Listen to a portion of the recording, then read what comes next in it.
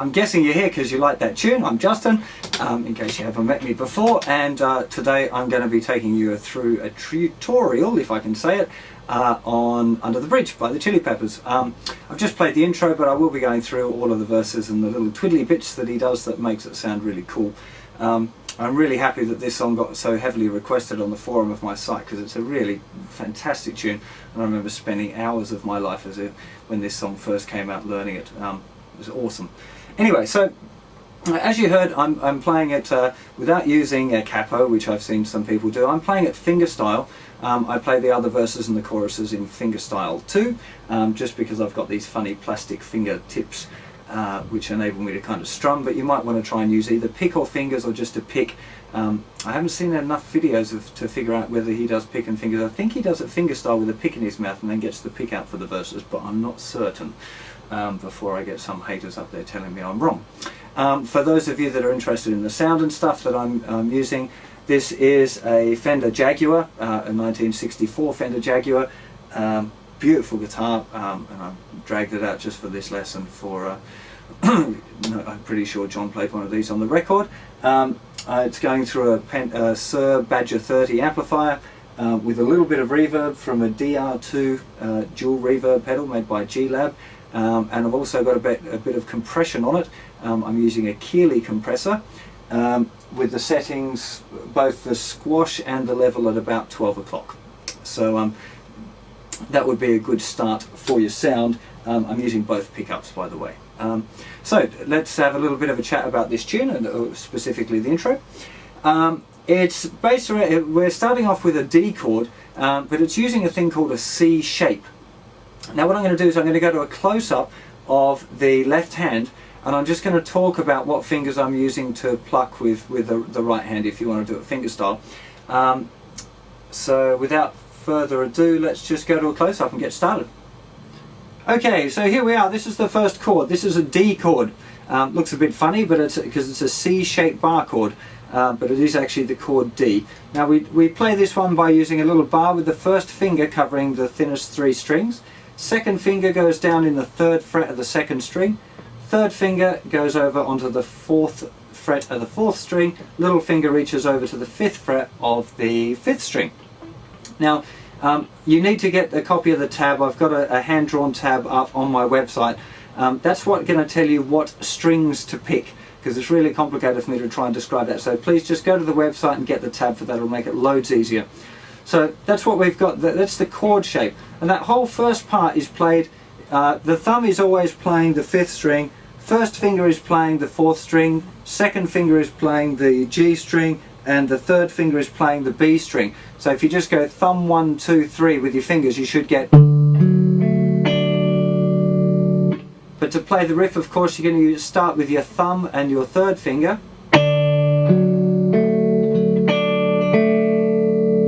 Pretty straightforward, that really. That's the very first little bit.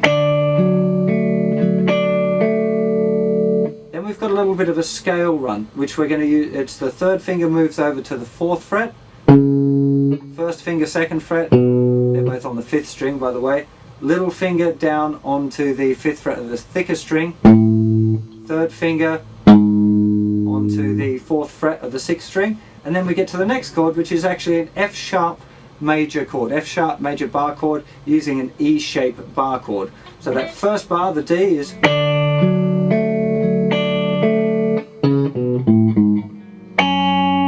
now we've got this little.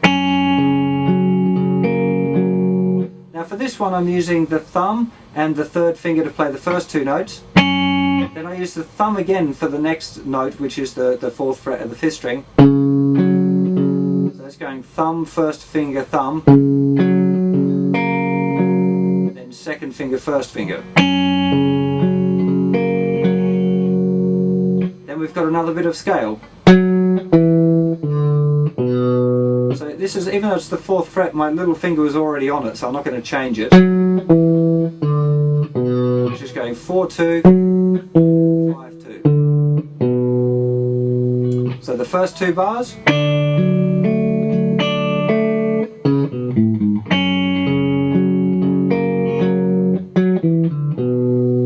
Now now we've started to get a little bit tricky. So we're back to our little D-shaped bar chord here.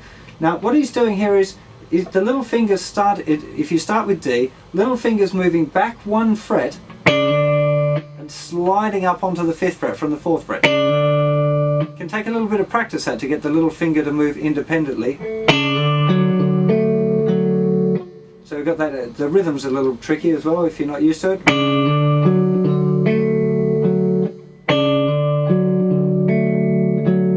So we're using the thumb and the 3rd finger to pluck first. Then 1st, thumb, 2nd, 1st. Then we've got this little, so little fingers coming off that and doing a little hammer onto the 5th fret of the 2nd string. So we're getting this 3rd fret, 5th fret, 3rd fret, and then you're plucking the 3rd string, which is the 2nd fret, but it's already held down. So that bar is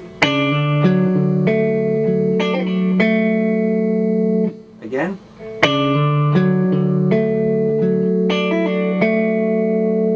Little finger goes back to where it was. And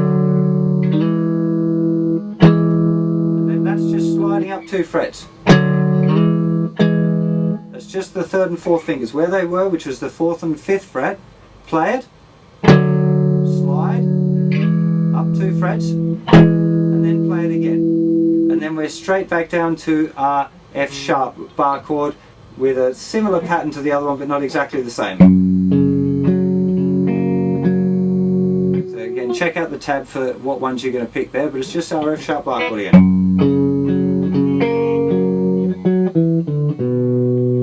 So now I'm just going to play through that, which is bars 3 and 4, the second time we do the D with that little slide.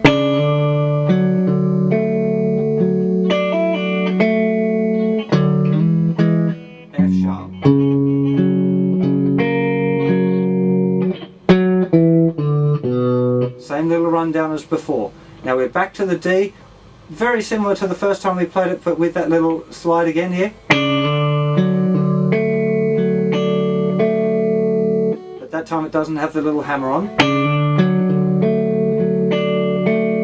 Scale run, F sharp,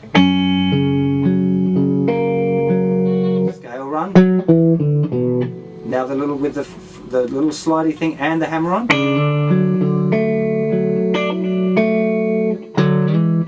F sharp.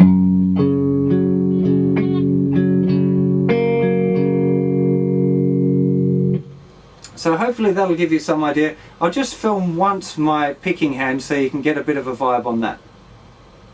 Okay, here we go for a close-up look at the fingers, just to make sure that you got the right fingers going on. Here we go from the top.